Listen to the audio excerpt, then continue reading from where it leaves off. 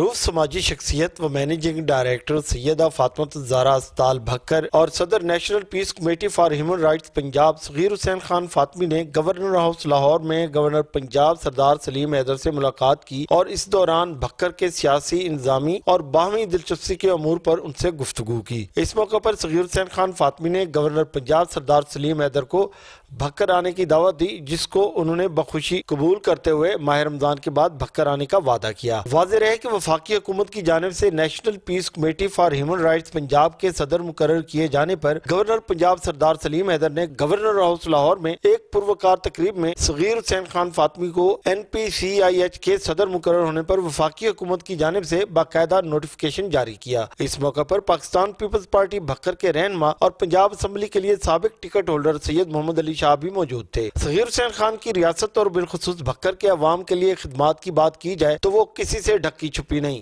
Corona وبا کے دوران جب ہر طرف خوف و ہراس کی فضا تھی، پرائیویٹ اسپتالوں میں کورونا مریضوں کو داخل نہیں کیا جاتا تھا، تب صغیر حسین خان نے 200 بیڈ پر مشتمل اپنے اسپتال کے دروازے دکھی انسانیت کے لیے کھول دیے۔ ضلع انتظامیہ کے ساتھ مل کر نہ صرف اسپتال میں اینٹی کووڈ ویکسینیشن شروع کروائی، بلکہ کورونا کے مریضوں کے علاج کے لیے اپنے اسپتال کو محکمہ صحت کے حوالے کیے رکھا۔ یہی نہیں، لوگوں کے مسائل کے لیے ہمیشہ پیش رہے اور مسل کی ہم آہنگی کے لیے اپنا بھرپور کردار ادا کر رہے ہیں۔